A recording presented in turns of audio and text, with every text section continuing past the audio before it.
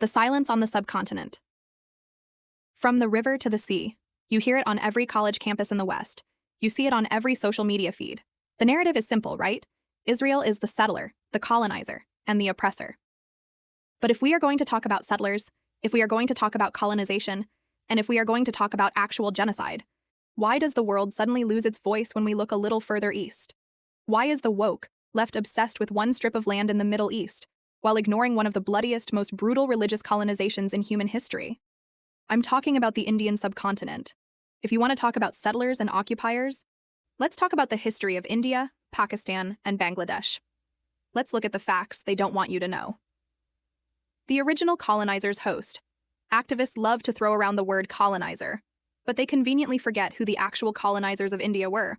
For centuries, Islamic rulers invaded the Indian subcontinent, not just to rule, but to subjugate. They didn't just bring a new religion and colonized India. They brought the jizya tax, a religious tax forcing Hindus to pay for the right to simply exist in their own ancestral land. They destroyed thousands of temples. They persecuted indigenous Hindus, Buddhists, and Sikhs. This wasn't a cultural exchange, it was a conquest. And fast forward to 1947. You want to talk about stolen land? Two massive chunks of India's landmass were carved out to create a religious terror state, Islamic Republic of Pakistan. This wasn't a peaceful transition. It was a bloodbath. The partition resulted in immense suffering, including widespread massacres, abductions, and sexual violence. 3.4 million dead. The Muslim League Party used riots and terror as political weapons, blackmailing the British into dividing India. They didn't just draw a border, they waged a civil war. They stole the land, destroyed the culture, and erased the history of Hindus, Sikhs, and Buddhists from the region. Countless Hindu and Sikh women were raped and paraded in the streets. This was an actual partition based on Islamic religious supremacy. They created Islamic Republic of Pakistan. Yet the West calls Israel the ethno-religious state? Let's talk about the vanishing minorities in Islamic Republic of Pakistan and Bangladesh. Let's look at the numbers, because numbers don't lie. In 1947, when Pakistan was created, the Hindu population in West Pakistan, modern-day Pakistan, was approximately 15% to 24%, depending on the census data you trust. Today, it is less than 2%. Where did they go? Is it not genocide? They were either forcibly converted, killed, or forced to flee. Is it not apartheid? Look at Bangladesh, formerly East Pakistan.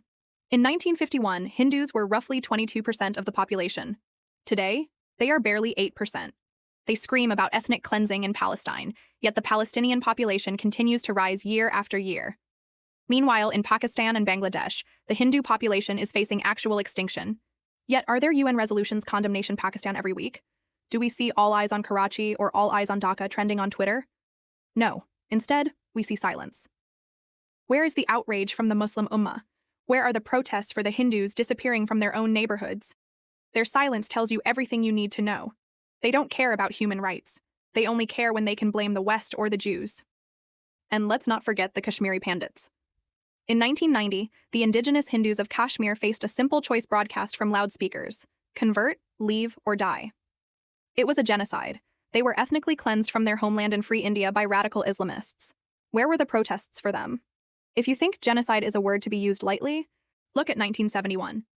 The Islamic Republic of Pakistan didn't just fight a war against East Pakistan, Bangladesh.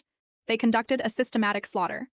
3 million people killed, 200,000 to 400,000 women raped.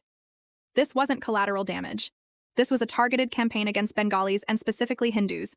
It is one of the largest genocides of the 20th century. And who committed it? The very state that today lectures the world on human rights. Historian Will Durant called the Islamic conquest of India probably the bloodiest story in history, with estimates suggesting tens of millions perished over centuries of invasions. Okay, let's talk about today. Right now, the Islamic Republic of Pakistan is brutally persecuting the people of Balochistan. They are kidnapping activists, disappearing thousands, and crushing dissent. They are still persecuting Christians, Hindus, and Sikhs under draconian blasphemy laws. They infiltrate terrorists into India constantly. They harbor the very ideologies that threaten global peace. Yet, the Western liberals, the queers for Palestine, the social justice warriors, are completely silent. So here is my question to the settler-colonial narrative pushers. If you believe that settlers should go back to where they came from, will you ask part of Muslims in India, Pakistan, and Bangladesh who are descendants of invaders to leave? Of course not. That would be ridiculous. But if you support the slogan, "From the river to the sea for Palestine," do you also support the indigenous rights of Indians? Can Hindus shout, "From sea to sea, India should be free," and reclaim the land lost to Pakistan and Bangladesh? The hypocrisy is deafening. If you care about human rights, you care about all human rights. But if you only care when Jews are involved, you aren't an activist. You're just an anti-Semite with a catchy slogan. There is a reason the majority of Indians stand with Israel. It's not politics, it's shared memory. We know what Islamic colonization looks like. We know how it feels to have indigenous land stolen, our history erased, and our identity targeted by religious subjugation. We have lived through the terrorism you see on TV. We know exactly what would happen if the Jews were forced to live under an Islamic Palestine. It wouldn't be peace. It would be a slaughter. The world would witness a real genocide, a second Holocaust. If you don't believe what I'm saying, why not start your own quest and ask why with an open mind? If you enjoy our content, like, share, and subscribe.